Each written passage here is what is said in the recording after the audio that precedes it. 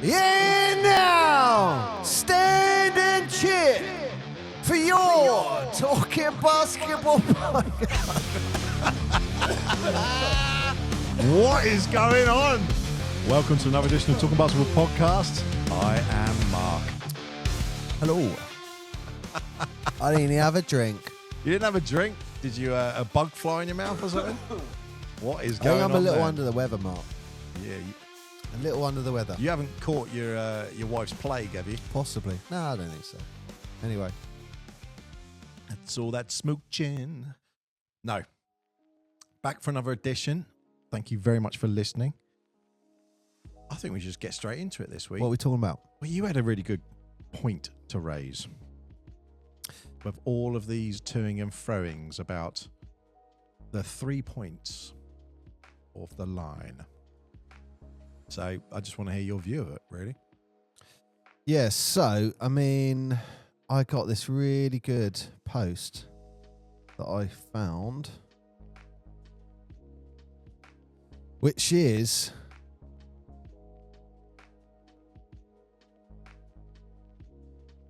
you put me on the spot. I can't bloody find it now. Wow. Oh, here you go. Here you go. So again, It's all down to a lot of people at the moment have been moaning about everyone's just basically jacking up threes. well, no, they're talking about basketball, like attendance and views is going down, and this was highlighted again when the Chicago Bulls and the Charlotte Hornets on December 13th chucked up 75 missed threes. Yep. They did it once again on the 30th of December. Yep. So they've done it twice now. And people are saying what's going on with the game and stuff like that. You know, jacking up threes isn't entertaining when it's going on. No. Like when it's not going in. It's a brick and you're just looking at it going. It's exactly the same as, for those of you who watch multiple sports in the world of rugby, 2005 was, I think it was, the 2004, 2005, I can't remember now. But England won the Rugby World Cup, and Johnny Wilkinson Drop kick. was doing the drop kick. And when we were in school, if you kicked a ball, it was like, right, you're running laps for the rest of the thing, get out of my sight. It was completely frowned upon. As soon as he started doing that, the rest of the rugby world changed. And for probably 15 years, everyone was, as soon as they could, kicking the ball. And a lot of the fans there were like, this is a bit boring. But that game has sort of leveled out a bit, and people still go for the attack. Yeah. In the NBA, it's everyone just lives and dies by the three, and they just go by jack up as many as they. When you got a 7'1" player coming from being in a post, coming out on the 3-point line to pull up a three, you go, you're going from the shot you are probably 80% likely to hit, to a shot you're 30% likely to hit. Why are you doing that? If I said to you, Larry Bird and 3-point shooting, what would you be thinking? You think that he is like Greatest of all time shooter. Yeah, but I don't think People are jacking up more threes in a season than he did in his career. Yeah. And you look at it like that and go, well, he's arguably in the top 10, top 5, whatever the discussion is. He's up there, isn't he? Yeah. Yeah, with people saying that about Larry. And he didn't actually shoot that many threes. No. I mean, he won the 3-point competition, but again, people are starting to get bored of it. And you know what? I dislike this whole that. It drives me nuts though. Someone shoots a three and people on the bench stand up doing that, and then it's a brick. And you think, all right. I'll raise you. You look like an idiot. I'll raise you. They've done that. Let's say they've done that. Like, they've thrown up 3 or 4 bricks, and then they hit one. And then they're like up there throwing it up. I'll raise you, Mark. And then you think, I'll raise you again. okay, yep. I was coaching a game once. Oh. And I'm pretty good with keeping an eye on who's scoring what. Modest. This one guy, I'm not going to mention his name, he missed 9 threes. And I'm sitting there going, man, 9. if he wasn't playing amazing defense, he's getting subbed. Like, after the foot, like, what's going on? I think we might have been short, and that's why he stayed in. The 10th three goes in. and everyone who's on the bench, anyone who's watching the game, oh, and they're doing that whole with a 3, and I'm just like, congratulations, you've scored 3 points out of 30. Yeah. That's the way I looked at it. 1 out of 10. And it just so happened that shot won us the game. Of course it did. But sorry, I'm only counting his 3s in like the second half. Right, yeah. Maybe it was late. I remember started going 0 for 1, 0 for 2, Yeah, 0 for 3. And I was like, stop bloody shooting it. And look, what has Steph Curry given people? It's not, a lot of people blame Steph. Yes, there's been a step change in the league, but look who is Steph's coach. Like Steve Kerr, well known for shooting a 3. But he didn't shoot loads, but he is well known for it. Dale Curry, his dad, well known for shooting big shots. So Steph isn't necessarily unique as in that. What Steph did was he'd started taking the shots way before the 3-point line, didn't he? Yeah. Like Steph was taking like the 3 points, like you're 3 steps back from it. Rather than someone just pulling up to the 3 and getting it, Steph's like just in from the halfway line, like putting something in like effortlessly. And because he's got such a quick, unique shot, it's like, what can you do about it, sort of thing. That is a really weird little clickety click coming from somewhere. I don't know where it's coming from. I'll keep an eye on that. See where it's coming from. I know, like, how do you resolve it though? I'm not convinced you can resolve this issue unless there's a culture shift. And what I mean by that is, I heard JJ Redick talking the other day, and he was like literally going, get it inside, big man, dish it out 3, get the rebound, get it outside, shoot 3. And it's all like, hang on, this is just all to do with statistics. Like this is how you win a game, shooting loads of 3s. Yeah. Because you obviously get more points for 3s. And it's a percentage, it's a statistical calculation. Yeah. If we shoot enough 3s, we should win the game. And I know people have been talking about this 4-point shot. Yeah. Like having it halfway between the 3-point line and the halfway line.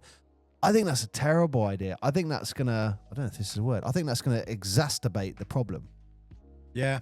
Because you're then going to get people going, right, I'm shooting, let's say people start shooting 34 pointers a game and they're like air balls and bricks. People are like, what? What we all want to see is someone drive into the hole and like, dunk it. And that's why the SLB is doing so well at the moment this year. Yes, because you've got all these young players, energetic, just driving to the hole and dunking over everyone. They're passionate about it and they're taking the game to it, and that's what's really interesting about it. I think as well, you're saying about the 3-point line, and in terms of the 3-point line, wasn't it cutting it into off the corners as well? Wasn't that the other thing they were thinking of doing? Yes, I know they're talking about taking the corner bits. So it's because the corners expanding are actually the arc. Slightly shorter, aren't they? Yeah, expanding the arc. Again, a lot of 3s. I don't know. A lot of 3s are being jacked up all over. There was a really interesting, I should have taken a picture of it, really interesting diagram of where people were, it was focusing on different teams and stuff like that, but there was one where it's saying, this is where teams shot, and you know where you have like little small lights? Yeah. And it's like, it was showing you where people were shooting shots throughout the season, and they were doing it for the whole team. And so many, like behind the 3-point was just like lit up. Yeah, there's one. There's one that is. I want to say it's NBA Recapped. Shout out to them. I think they're on Instagram, and it's something that goes through on. What is it? This is before a certain period of time, and this is after a certain period of time, and it's basically where the shot data is. And what they showed was that you either basically have people pretty much in the dunk zone, or you have people on that outside edge. You're like, oh, really? And it's like there was no in between. So no one's taking a shot like a step in from the 3-point line. And who was famously did that? That was Jordan's shot, wasn't he? Like just inside. But you would agree there's like that's a terrible shot. And nowadays you think, hang on, why don't you stay with, rather than that one step difference, there's a point difference. So here's the thing. They said the shooting percentage hasn't improved over the years. So it's not that 3-point shooters have got any better. They're still like 30-ish%. Like I think like 33, 35% or something like that. So a 3 is roughly a 1 in 3 shot. That hasn't. But again, if you throw enough up, but that's it. That's the whole thing. If you throw that enough up, that's going to make a difference. But I just think it's interesting. They go, that's the stat, and you think, really? So that hasn't changed, and that's since I think it was the 90s when they started doing these records or whatever it was, and they said from then till now, the percent, we're jacking more up, but the actual, have they got better at shooting threes? yeah. So, but No. And that's the funny thing. It's like, all these people are better at shooting if threes. you listen to some of they're the not. NBA coaches, the more threes you jack up, then. Yeah. But statistically, Yep. if I'm just going to mute you so we can see if it's that, the more threes that you jack up, I don't know what that is. No, it's a mystery. The more threes you jack up, Yep. the more points you're going to score. Then. Yes. That's what they're basically saying. But again, that's why I think that's It's why you're Moneyball. losing attendance. You're losing spectators and all that because people are just like, you still want to watch. Yeah, if they all went in, you'd be going like, I can't stand.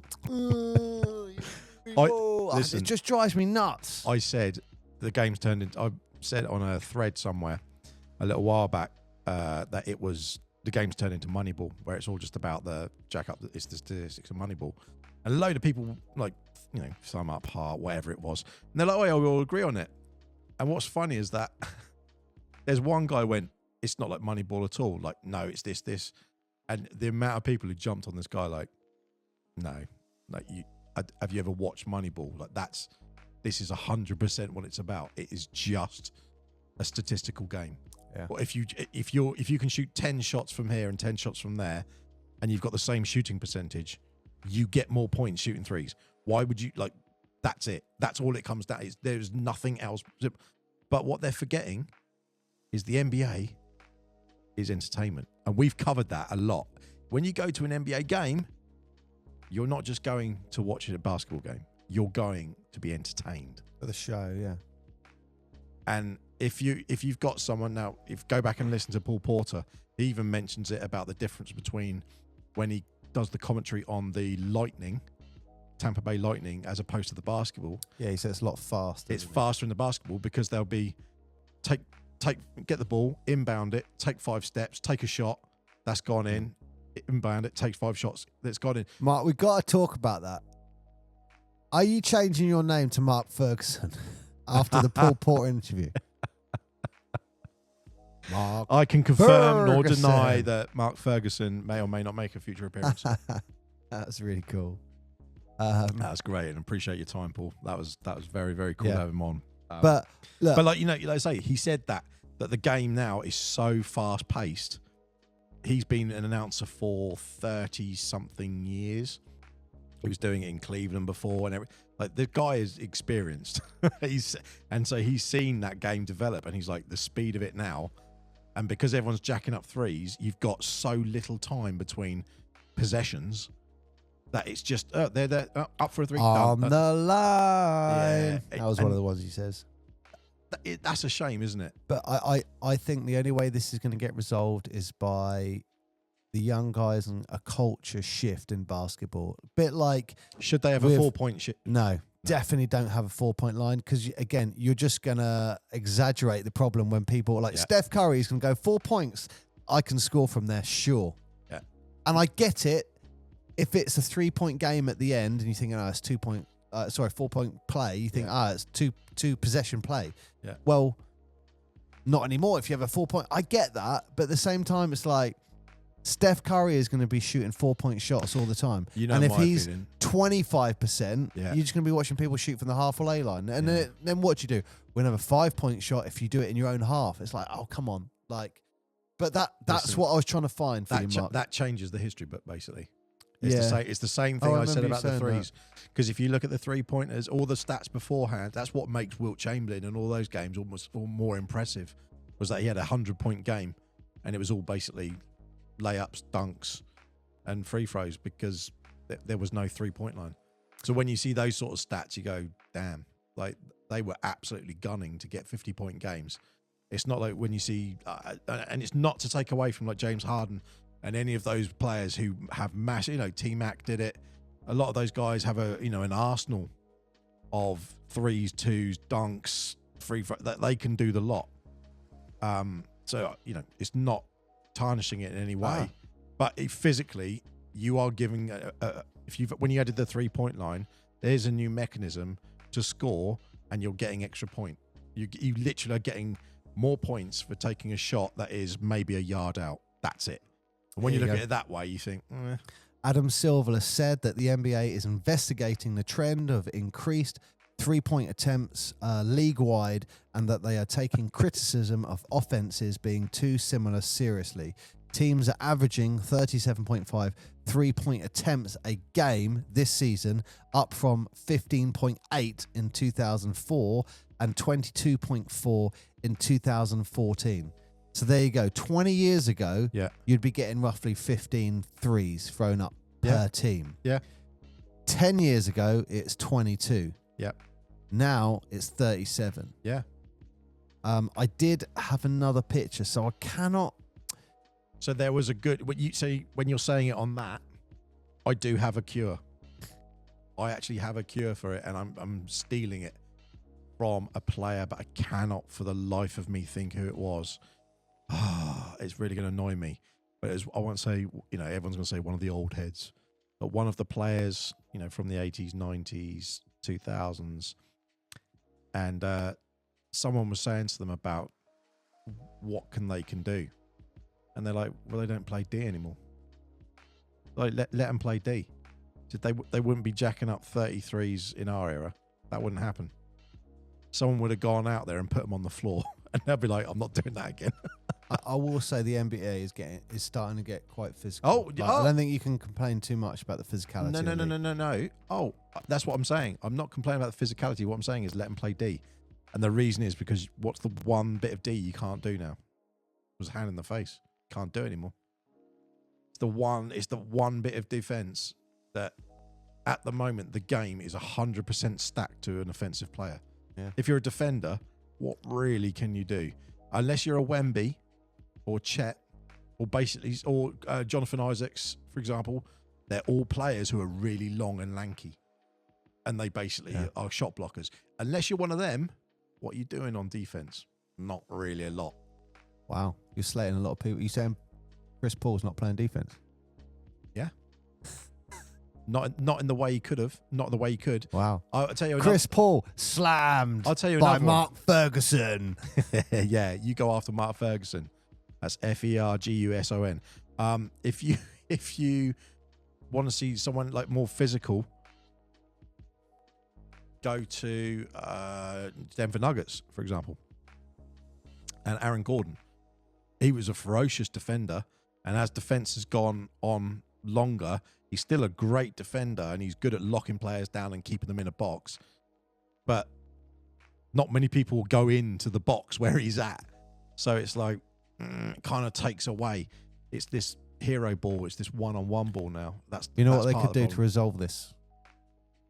I just popped in my head. Just popped in my head. People like Jay Morant and Edwards. I could resolve this overnight. Do it. Like Trump. I'm going to sort this out in 24 hours, Mark. 24 hours. Banish the 3-point line. Done. Oh, no. Banish it. Can't do it. Or extend the 3-point line into your own half. No, but look, in all seriousness, what happens if they remove the 3-point line? You're going back to like the 80s. Is it 80s? When did it come in? 82, 83? That's something you would know. No, 1980. It was the first year of Larry Bird and Matt Johnson. First year it came in. First season. The game would completely change then, because people would be like, okay, we're going to go for the high percentage points for going inside. Yep. And the first person to score a 3-point was a guy on the Celtics, I believe. But if you think about that, taking away that corner shot pretty much takes away at least half of those threes straight away. Realistically, if you take away those corner shots, there's a lot of people who sit and duck down that corner. I mean, look at Ray Allen. If that corner shot was taken away, his famous shot. Yeah. It'd be interesting to see. Vince Carter hit a massive 3 for the Mavs years and years back. Massive 3. And that was going out of bounds, fade away. Well, when he hit that one, that would have been one of the biggest ones recently would be Kawhi Leonard. Yeah, that'd have been a 2. That like So that got them in the finals. I can't remember. that was That got them into the finals, I think. I want to. Yes, I can't remember. That was the one that beat. I can't remember. That was the huge one that stands out. It was the in one recent that times. beat Philly, wasn't it? I think it was. It was the one that beat Philly and put them in the finals. But Honestly, like if you take away all of those shots, there's some big shots that you're talking about now. That really changes the game. And I don't, how are people going to react? Because then, or could they move the 3-point back inside? Because they've been bringing it out and out and out for quite a while. For years, they've been right. It's going another step out. Remember? Could they put it back to the original 3-point line? So that's the W. Then you're going to be getting those. That's the college and WNBA line, isn't it? Maybe. I don't know. If I, you're going to be getting a lot of those shots again. But I don't know. You get loads of them. I wonder what would happen, in all seriousness, if the NBA removed the corner shot, or removed the 3-point line, or created a 4-point line. Would Europe jump? I'm curious if they would jump and go, okay, because you know what it's like. Anyone in England knows what I'm about to say when I'm talking about the key. Yep. So the key in America is square. It's a rectangle, yeah? The key in the UK was always like slanted like that. And then it was highlighted, well, hang on, that gives an unfair advantage to a player at the top. Yeah. And then they change it to that. Okay, that's easy saying that, but then that filters through all the courts, through all of the country. Yep. That was a big deal. Like, and there's still... That was a big deal. And it's, I would say, when it gets to local league, they're so anal about it. So, no, you can't play any games. You need to have lines FIBA certified. It's like, come on, man, this is local league. But those changes that the NBA do could filter and be significant. Yeah. I wonder if we jump. I wonder if in Europe or the UK, whatever, we would jump and go, yeah, we're going to do the same thing. I will be... I'll put the question out there then. If they adjust the 3-point line or adjust that in some way, my question is, what else? That's what it is. My question is, what else are they adjusting? That's my question. What else? In the future? Yeah, that's what I said. So, whenever... Look, Formula One, perfect example. We always come back to Formula One. It's kind of an interesting thing. But when Formula One make an engine rule change... Oh, you said it was my phone, the signal. Yes. Oh. When you have it in your trousers. By the testicles. Exactly. But that is boiling your testicles. Wow. You got 3 kids. You don't need more. But... so always put your phone in your back pocket. Yeah. And radioactively burn your anus instead. But if you think about rule changes, they don't just bring in one rule change. They bring in rule changes for everyone. And I don't know if I've shared this story before, but do you know what they did with Ferrari? Many, many years ago, for those who don't know, Formula One cars used to run V8 engines and V8 V10.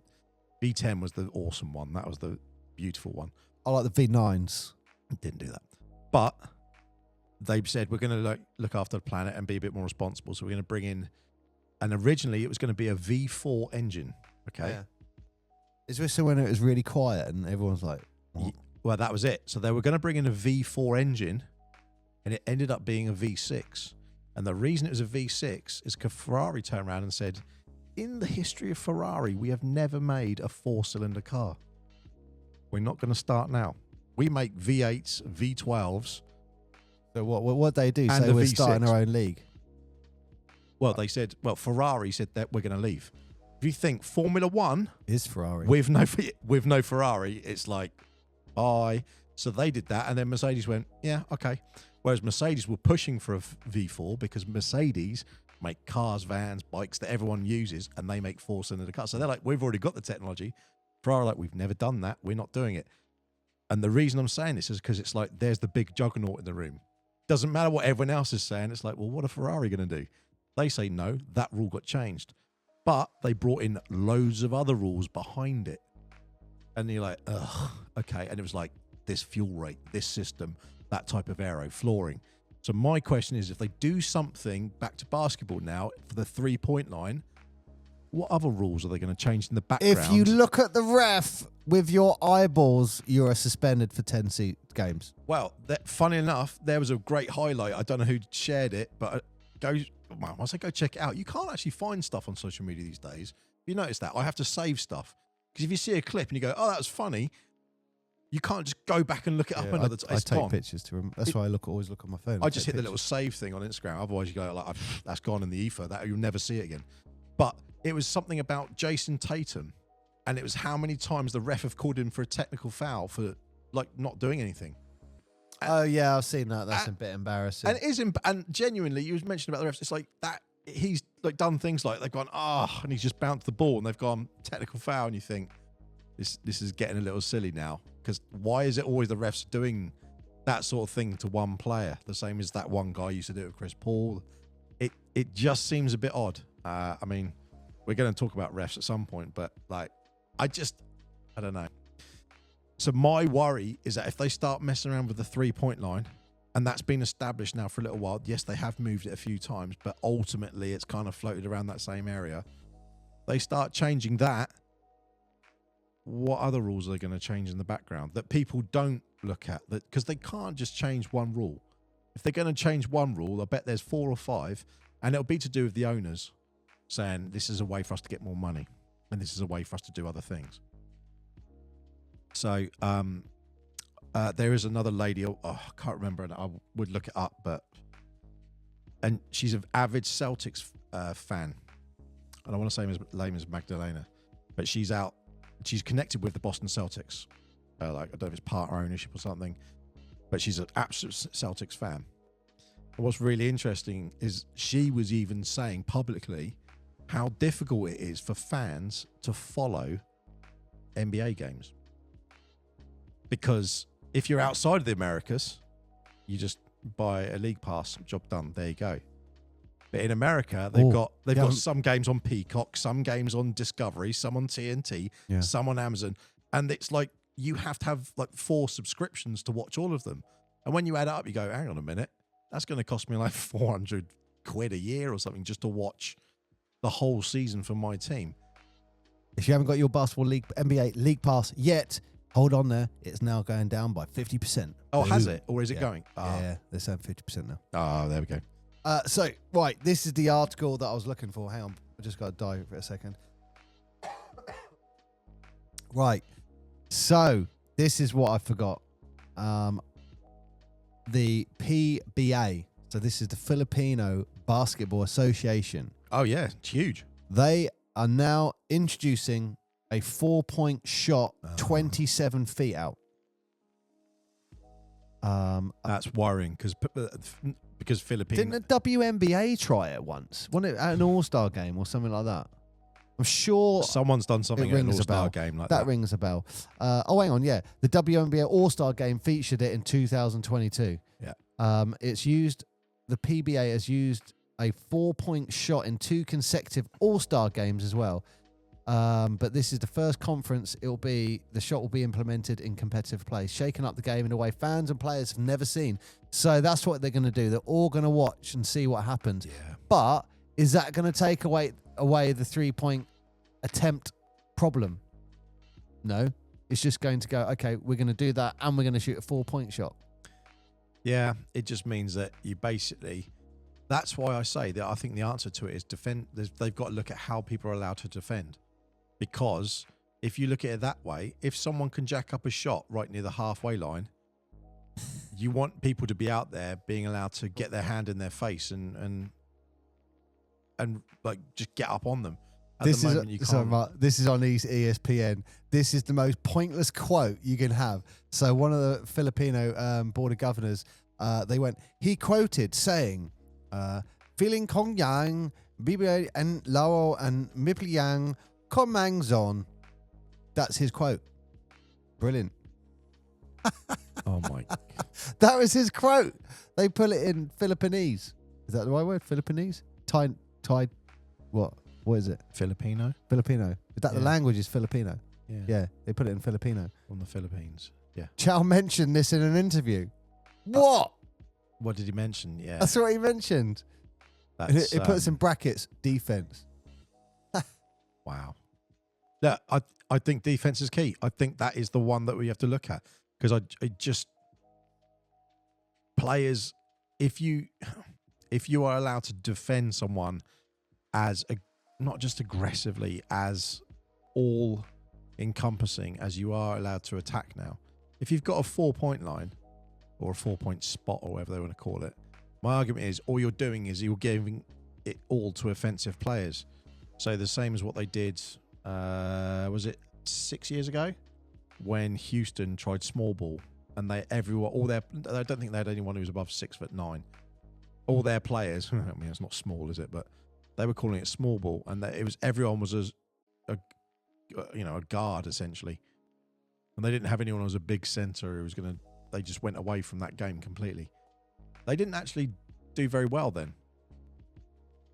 So, and whereas famously before they had Yao Ming, who's 7'3", 7'4", whatever it is. So I don't know. I just think you have to, at the moment, it's so stacked for an offensive player. What is a defensive player really bringing to the game? Yeah, look, if someone's lining up to shoot a 4-point shot, have it.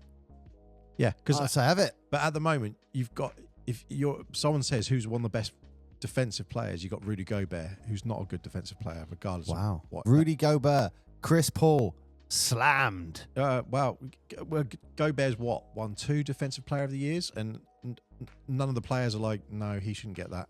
Wow. Wemby outclassed him last year in every single stat, and he still didn't get the award. That seems odd. But you look at the main defensive players this year, and they're all basically someone who's long, who can get a ball, but they also can hit a 3. Whereas old-fashioned defensive players would be a guy who could break someone's nose and be a brick wall. Now, look, the game's changed. I'm not being an old fart saying, ugh, why can't they do this? And, there's nothing wrong with the game moving on. But all they've done is they've moved on the offensive part of the game. They haven't moved on defense. They haven't done that. And what tactics do coaches use now? Every play, they can have a new rule, comes in with this 4-point shot. Every play, you're allowed 5 seconds where you can do anything. Every play. That's my 5 seconds. No, because that'll turn into that. What's those horror films where it's like you have the one day where it's like The Purge? Yeah. It'll be like The Purge in basketball. So it's like, this is you sub your best players. 30 seconds. Yeah, you sub your best players. It's like 30 seconds. It's basically turned into a brawl for all. Someone actually, joking aside, someone even mentioned that they should let people fight like hockey.